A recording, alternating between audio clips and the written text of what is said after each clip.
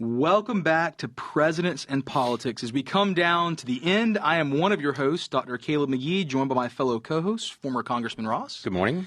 Today, we're going to look at the 44th president, President Barack Obama. And you and I have given this caveat a few times, but I think it's always bears remembering that when we do these podcasts, we're not trying to slam a certain ideology. We're not trying to slam a certain individual. We really want to look at this from a historical background, from how can we learn from leadership lessons, political science lessons. And that's the way we're going to treat this. We're going to come at this as nonpartisan as we possibly can. We're going to set our personal beliefs aside, and we're going to look at individuals on the merit of history, leadership, and try to keep it as positive as we can. Well put. And I think that this is Barack Obama is a president whose time had come. Yes. And if it wasn't for Barack Obama, I probably wouldn't have been elected to Congress in 2010. But despite all that, and I have some wonderful stories about being with him in that administration. But I think it's interesting to note that this, when I say a president whose time has come, he was born in 1961. He was born in Hawaii to a white woman and an African-American father, and who left and went back to Kenya. And he never saw him. He never and his mother remarried, went to Indonesia and took Barack Obama. Came back to Hawaii because she was concerned about his safety. But this is an unusual time in America. We're going through the Vietnam War. We're going through civil rights, which was extensive. Remember, in 1968, we lost Robert Kennedy. That's right. We lost Martin Luther King Jr. And here he is, a young man, seeing all this. And he talks about how he's trying to identify, since his mother was white and his father was African-American, is there a place in society for him? And we saw the America start to shift and finally be more inclusive in their politics. And that's why I say it's a president whose time had come. Yeah. You know, in 2008, the Bush administration had taken us through two wars, had taken us into a financial disaster with the recession of 2008, and we put John McCain, who is an incredible man, an incredible war hero. American hero, right? Yes, That's but we put him up it. as president, the Republicans do, put him up as president to a young man who is so articulate, so optimistic. Charismatic. Very charismatic. And he beats Hillary Clinton in the primaries, gets the nomination, and there's no stopping him. True. You know, and plus he also did something that the Republicans were way behind on, and that was using technology to his advantage in order to get elected. And he captured America with his charisma. He really did. That's a good way of looking hope at and it. change. Yeah. You look at FDR, the fireside chats. You back up to Andrew Jackson with the stump speeches, which were kind of drunken parties, honestly. They really were. It's like barrels of ale they'd roll out. But you look at these individuals who are charismatic, that could hold a room. And again, if we look at Barack Obama, he could hold a room. He was the kind of guy who could step in, he could speak, he could have that charisma, and there's a lot to be said of that. And I know that there is the insult a lot of times of what they call personality politics. We even have this in higher education sometimes, where it's like basically we can't, build classes on someone's personality. But at the end of the day, is personality matters if you're a speaker. If you're going to run for office, yes, you better be substantive. Yes, you better have some depth in your politics and your policies. But if you cannot communicate that well, it's useless. It's like knowing an individual who has a lot of knowledge, but they can't disseminate that knowledge, right? True. And you and I both have done athletics for years. You can be really, really good at something and not be able to coach said something. True. Right?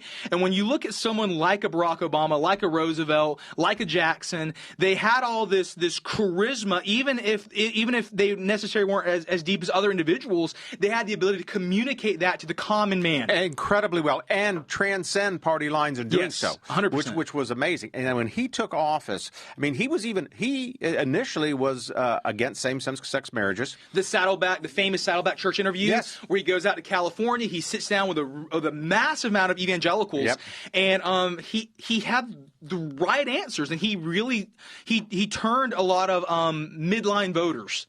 Yeah, he did, until he got elected.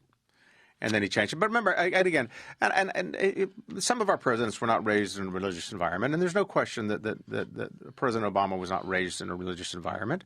But he when he got married, he had 2 kids. Everything's good. I mean, he's doing a lot, and what he realizes is that when he gets elected, he has a 60 senator, 60 Democratic senators, which is filibuster-proof. Yes. He's got the majority in the House, and he does something that the Republicans never could learn to do, and he put his majority at risk to get things done. Affordable Care Act, the Dodd-Frank. He was almost not done with cap and trade if Kennedy hadn't passed away and Scott Brown had been elected as a Republican in Massachusetts and do away with the 60-vote filibuster-proof majority in the Senate. Yeah, he passes more his first 100 days than any president since, is it Roosevelt? I think yes.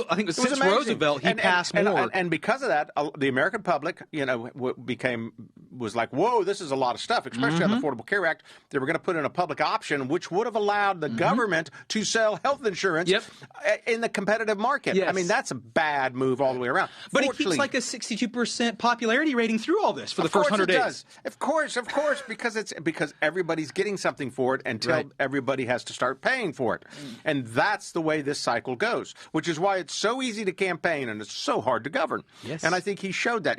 The the Affordable Care Act, when it passed out of the Senate, wasn't the final version. No. But Ted Kennedy passes away. It's already in the House. The House knows that, oh my gosh, we can't send it back to the Senate and get it corrected, so we better pass what they did, and that's what they did. Then they tried a corrective bill with reconciliation, which only takes 51 votes, but they couldn't even get that done to try to do the corrections. And so we've got this Affordable Care Act that, basically took over health care in the United States. But you have the I don't know how to say this. I guess we just might as well say it, the debacle of the website, healthcare.gov, which on the opening day it crashes, and then they're like, okay, we're going to get it fixed, and it crashes again, and it crashes again. What is it, 2 months before it's fully up and running? Yeah.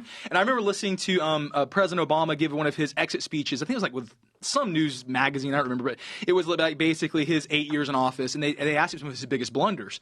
And he said, by far, the thing that I wish we could have made work more than anything else was the website. He's like, we did this groundbreaking, historic movement of what later became known as Obamacare. Yeah. He's like, and then basically we launch a website that we can't even get to work for months. He's like, how did you expect that was going to work with the American people? And some may say maybe it would have gone better in the popularity ratings, not necessarily the economic stance. But the popularity ratings had it not continued to crash for months. Yeah. And it's, his administration was like all administrations, they were loyal to the president. Yes. But with Dodd-Frank, you did something that was really unusual. You basically identified that certain financial institutions were too big to fail. And that led to a crisis that more irresponsibility in the management of these because they knew they wouldn't be failed because they'd be bailed out by the federal government. That was the precedent that was set. The precedent had been set in previous administrations. Exactly. And so we're in this economic, quagmire that government is not only now the referee in regulating it, but they're also a player. Yeah. And they're the ones that are going to come in and say, okay, big bank, if you're having bad times, we'll come in and save you. Sorry, little bank that didn't, that's having trouble and playing by the rules, we can't help you, but we can help the big banks. Because you're not too big to fail yet. Yeah, exactly. Yeah, I remember reading, because we both teach political economy, I remember reading that at the height when President Obama comes in, there was the unemployment rate, the job loss of 800,000 jobs a month in America. So as you and I have talked about a lot, we both remember this time well, the 2008 crisis, the 2009 crisis. This is one of the worst economies we've ever seen since the Great Depression. The term began coined this time called the Great Recession. And this became a serious, significant time. When we look at certain presidents stepping into certain administrations, this was a hard time to step in. There's a war on two fronts, Afghanistan and Iraq, economies floundering, motor cities falling right now. My wife actually was living, before we met, she was living in Michigan, in Flint, and she talked about, seeing schools closed down. Her first high school that she went to there closed down. And all the issues that were taking place, the economy is just rapidly down spiraling. This was not an easy time. No matter what we think about certain individuals, this was not an easy time to be president. No, it wasn't. And when he lost, when I came in 2010 and he lost the majority in the House, he started issuing executive orders, and which has become the mantra of a lot of presidential campaigns. They set a precedent, right? They set a precedent in doing executive orders. Now, understand an executive order can't create new law; can only interpret or extend that which is considered existing law, which is why everything goes to court. Which is very rubber, by the way, in its definition. It's very rubber. That's very rubber in its definition. Yes, and absent a stay, it takes precedent and must be enforced. So he starts doing that, and then the House, we came in with 80 new Republicans, I think, in 2011, and John Boehner was Speaker, and for some reason John Boehner, who I have a great deal of respect for, I've always said this, we gave him two things. We gave him a message, was what that the American people did not want to see us continue to have government involvement and continue to grow the debt of our government. And that was our message, but we also came in with a majority. And Boehner took the majority and didn't listen to the message. And as a result of that, no matter what the House tried to do, the Senate stopped under Harry Reid, and the president just sat back and didn't have to worry about anything coming to his desk. And it made it to the Congress, the House of Representatives, look like a do-nothing, dysfunctional Congress. And for, we campaigned on repeal and replace Affordable Care Act. We spent 60 bills that we passed repealing it. It never got past, of course, the Senate. And then the one time we do a replacement bill that goes into the Senate, it's John McCain that casts the one vote that kills it. And it kind of gives you the sense that Republicans just don't seem to coalesce around a charismatic leader like they should. And we've seen that history. And the one thing I got to give Barack Obama credit for as president, he put his majority at risk. He could rally the troops. And he changed the course of America.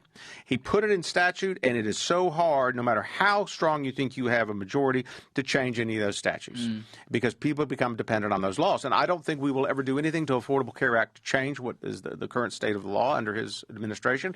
I think our financial regulations are in place that they put in under his administration, and that's the way we're going to be. Good or bad, I've got to give the president credit for what he did in putting his majority at risk to getting things done. I thought it was interesting when you said that as historically the Republican Party has a hard time coalescing around charismatic leaders. Maybe one of the reasons why is because the Republican Party was founded on this idea of states' rights and so independent. Yes. It's almost like growing up. We used to make the joke about the Independent Baptists. The Independent Baptists were so independent they couldn't even go to church together, right? Well, that's a good point. And they're so independent they can't join. It's almost all the way back to the Jeffersonian era of states' rights, stay away from me. I need my land away from everyone else. And I can kind of understand it, especially we're coming from ranching background and Okeechobee, my whole family where they come from. Leave me alone. My land, leave me alone. I don't want any. I get that, and it's almost like that's the individual that's attracted to that party. So then it's hard for them to play nice with others. Well, it is true. They're against centralized government, but the only way you can change that is to have a centralized government. It's almost like to decentralize. It's almost like making a club about not having clubs. Yeah, exactly. And it's just really hard to ever get a coalition of that. And I think that's a brilliant take on that. And maybe if you look at the Democratic Party that is more about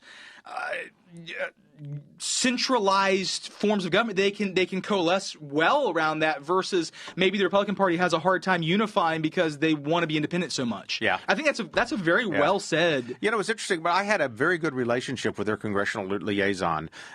She would come to me and talk about issues, and I'd say, look, I can't vote for this or not. But she would also help me out if I had people that needed to go to the White House or something of that nature. He had a good staff to work with. That's really important. But it was very important. Probably one of the better staffs under the two presidents that I worked under at the time, but when I was in Congress. But one quick real story that I think highlights my relationship with the administration. We were at the Christmas party at the White House one time, my wife and I, and of course we're going through the receiving line to talk to the vice president, his wife, and of course the president and the first lady. And we go through and I talk to Joe Biden, and they say hello to the president, and say hello to the first lady, and my wife was right next to me, and then I move on out of I think it was the blue room, and I go into the next room, and I look back, and my wife looks like she's giving the president the business. I mean, she's going like this. She's doing everything. And I see the Marine Guards starting to get a little concerned, and people are starting to stop. And I was like, and what in the world is going on here? Yeah. Cindy, please don't do this. Don't make a scene. Because, I mean, and finally, the Marine Guard comes alongside her and takes her shoulders and say, ma'am, we have to move on. And she moves on. And I said, what did you just do? And she said, I realized we didn't have anything in common politically. So I knew he was a White Sox baseball fan, and I asked him if he knew Chris Sale, and because Chris Sale's from Lakeland, Florida. Right. And he goes, yes, I think because Chris Sale was pitching for the White Sox back then. And she said, well, I just want you to know Chris Sale's from Lakeland, Florida, and he babysat our boys, and one time went down our laundry chute. And he goes, what's a laundry chute? So she was trying to explain what a laundry chute was to him when the Marine Guards finally said, come on. And I thought, okay, that is good domestic diplomacy from my spouse. That is the unification of baseball. That's what that is. That's why it is the American pastime. That's right. We can transcend politics. Exactly. Actually, I'm teaching a class, this semester on the history of baseball. I love and it. one of the whole modules we did was the executive branch, the presidential office in baseball. We looked at all the different presidents, all the way back to Grover Cleveland in the seventh stretch, right? And we looked at this whole idea of like baseball. So that's really cool. And I think it's one thing that really highlights your mission as a politician and here at Southeastern as well, is the idea of civility in politics. Absolutely. And you don't have to agree Find ideologically. that common ground. Yes. Find that common ground. And once you rest on that, there's no telling what you guys can accomplish together. Once you realize that we have common ground on something, it builds the relationship. I looked at this. You and I talked a lot about looking at this administration and trying to find things to talk about for this podcast, because maybe ideologically we don't always agree with everything. Right. But there's things that we can talk about. He seems to be a great dad. He had 2 daughters. I'm Wonderful a girl dad, right? And I mean, so like the fact that he loves his daughters and he spent time. Like, I mean, these are cool things. He's a baseball fan. He likes playing golf. I'm sure we could find things to talk about if we just leave policy out. Another thing I thought was interesting. I remember reading his one of his autobiographies, and he made this isn't 100% true, but I think it's interesting. He said that domestic policy is where we should fight over, but foreign policy should be something that we're always unified in. It's true. And it's the old adage that's used a lot in politics that partisanship stops at the water's edge. Yeah. And I like that idea. Like once we cross over the pond, so to say, and we come like to the Middle East or we come to whatever, partisan politics should be left behind and we should be American. Now, has that always worked? You're right. No, it hasn't. Right. But I love the sentiment, and I think it should be that way. And I think if you look at his administration, some of the things, I mean, it's under his administration that you finally have the killing of Osama bin Laden. Yes. Right? He gives the go-ahead. He gives the green light. He gives a press conference, and it's actually a pretty well-done press conference. If you listen to that press conference, he talks about the fact that justice has been served. The Tier 1 operators brought, it's a pretty good I went actually last night and listened to it again. It's a pretty well, patriotic, God bless America.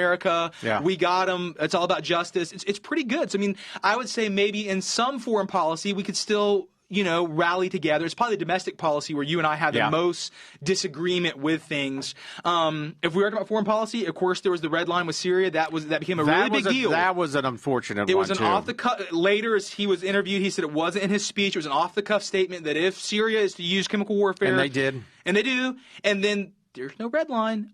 It's actually just becomes I'm trying to think how to even word this. A verbal scolding. Yeah, and I think it also led to the lack of respect internationally for the United States, because we wouldn't follow through on what we threatened to do if a foreign nation did something against humanity and democracy and freedom, and that happened in Syria.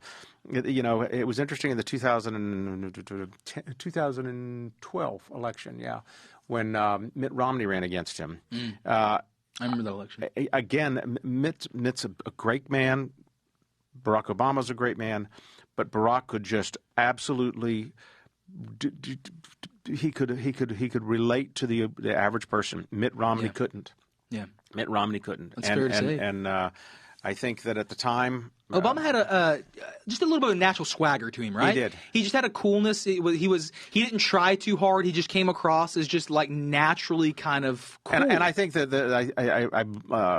the killing of Osama bin Laden definitely helped him out. Yes, it in his did. popularity. That pushed his political points to a whole new level, because he had a way of concreting the middle ground sometimes. Yeah. You think about his interview at the church in California. It really played the evangelicals early on. I would say for his second reelection, that was the real turning ground again for moderate voters who were saying, okay, he's still patriotic. He's still about America. He's still, God bless America, American justice.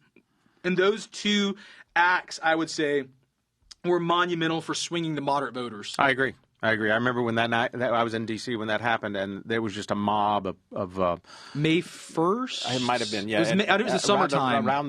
It was around the Capitol. I mean the White House, and I mean it was just a joyous celebration, kind of like a VE Day or VJ Day of World War II. Exactly. Yeah, exactly. Yeah, because 10 years. I mean, it took 10 years to bring this guy to justice. 2011. So it is 2011. So it's 10 years. May of 2011 is when this happened. So 2001, of course, the Twin Towers fall, and it won't be until 2011 when the architect of this terrorist group is really brought to justice. So it takes a decade, and which was really symbolic of the war on terror. The war on terror was not a fast one and done war. It was. No, it's hard to find out who you're fighting. Yeah, because they're non-state actors, right? The term that we use, they're non-state actors. When you're fighting a non-state actor, you don't have a country to declare war on. You're going for individuals who are moving in and out of borders, and it becomes evil. And of course, this was historic because our troops will go into Pakistan and back out of Pakistan, without permission. That's right. Who we historically did not have permission to operate in, but we send helicopters in with Tier 1 operators into Pakistan and territory. assassinate. I'm trying to think of a nice way to put this. Assassinate, and then recover the body, load it back up, identify it, go back into, is it Afghanistan we go back into before we even make a press conference, and then later we call the president of Pakistan and we're like, we operated within your boundaries, and here's why. That was gutsy. But necessary. Very, very necessary. I'm definitely not opposed to what was done. It was necessary. Yeah. But, I mean, again... It was truly an enemy of the America. 100%. So if we look at things we can agree on with President Obama, I think that's one of them. I think it was a gutsy call to send troops into a country that we didn't have necessary permission, well, just outright, we didn't have permission to operate in. I think it was a gutsy call. And I think we can... We can agree that was necessary, and they did a good job on that, especially when you look back at the debacle under the Carter administration when they tried to rescue the hostages in 1979 or 1980. We talked a lot about that. Yeah, and that's just, because Democratic administrations have not been very supportive of growing a military and having a strengthened military, and Obama was able to use that, even though we did lose a helicopter in that strike. We did. To get Osama bin Laden, but still it was a successful mission. I remember, did not lose any lives. I remember reading, because I love military history and I told a lot. I remember reading, I'm trying to remember who it was. It was one of the guys on the ground, and they wrote a biography, what they could. So much that's classified, you only get little snippets. But I remember reading one of their stories, and the youngest guy on the team, because of course, as you're familiar, they actually build out a lot of times the compounds, and they practice with a scale compound for a long time before they actually do. So they would sit around the table, and the youngest guy on the team, they would ask, what are possible issues? What are possible issues? And they said they asked the youngest guy, and he spoke up, which usually the youngest guy at that level, you don't really speak up. He spoke up and said, what happens if one of the choppers crash? And they're like, basically, that's dumb, that won't ever happen. They dismissed it, and then that's exactly what took place. So it's interesting how, and this is why pretty much, again, you and I have families been in the military, we read a lot. One of the things that's always said that you'll hear over and over and over and over again is that all plans go out the window when you land. And that was definitely this operation. All plans went out the window, and things that was not perceived as being possible were possible. But because of the high-level training, tenacity, and skill of our American operators, this was a positive mission. And it was good for America. It was. It was a win for America. At a time when they really needed it. I agree. Really needed it. And I guess, again, to kind of wrap this up, you and I just touched on this before, but you think about the beer summit, right? Yeah. This was also, for race relations, was a big deal. So Dr. Henry Louis Gates Jr., who's just such a great guy. Yeah. He's published 18 books. He's done a lot of shows. Wow. Really, really cool guy, and a Harvard professor. There was a big scandal that he's in, I think it's Cambridge, Massachusetts. Yes. It's a New England state. Okay. Yes. He's in Cambridge, Massachusetts. He gets arrested at his own house by a white officer. Right. And this hits the news that it's profiling, everything. Yes. So President Obama invites them both to the White House. It's kind of a publicity stunt, but it also was successful, because I remember reading later, Dr. Henry Louis Gates Jr., he gave his autobiography talking about this and how he met with the white sergeant ahead of time in the library, and they just kind of hashed it out. And I have to admit that Dr. Henry Louis Gates Jr. is such a cool guy. He's like, I told him up front, first of all, I forgive you. And then second of all, let's talk through this. And he talked about how at the end they kind of built almost this friendship, and they made the joke they were going to go out on tour and start talking together about race relations, like on tour together. Which I love that. I love the fact that when you can sit down with an individual. We got to do that. Yes. We need to do that. And he talked about how he met his kids, and he's like, I'm a Harvard professor. One day, work hard, go to Harvard and take one of my classes. And just what a class act Dr. Gates was over this whole entire kind of debacle. But anyway, they sit down at this kind of staged table drinking beer together in the Rose Garden, and the camera's all really far back, and it's interesting. But again, I think what it showed was the need for kind of racial healing at a very hard time. Absolutely. And I love how we opened this podcast, and you said that President Obama was the right man at the right time in the sense of this racial integration. Yeah, You're his right. time had come. He's born in the 60s, when in the South it was illegal in a lot of states for a white man and a black man to even be married. This is when he's born, and yet then by the time he's an older man, or really middle-aged man, he's the president of that country. And I love how that shows, again, putting policy, to just take policy out of this, take ideology out of this. The fact that we had healed enough as a country, had grown enough as a country, that now we have an African-American in the White House as a president. When he was born, it would have been illegal for his parents to get married in a lot of southern states, but you see the rapid progression of our country growing. I always use the example of this in my American history classes, that my great-grandmother, who I knew, because it's the South, I think I was like 8 when she passed away, had many conversations with her. When she was born, it was illegal for women to vote. And that's something. Right? That's how close history is. So if we look at this, it's illegal for women to vote in the 1920s. It's illegal for white men and black women to get married in the 1960s. And yet we see the rapid healing and progression of our country. And I think President Obama, if nothing else, was a symbol of that. He was the Jackie Robinson of presidential politics. Well said. Bring baseball back in. Yeah, that's right. I love that. I do too. And I think that's a beautiful way of looking. Again, we can argue ideology and policy all day long, and we're not going to agree with a lot of the policy. But he set the president and broke the color barrier, and that is so good for the future of America. He's charismatic. He's a good dad, and he breaks the color barrier, and I think we can rally around that. Absolutely. And this has been Presidents in Politics. Thank you.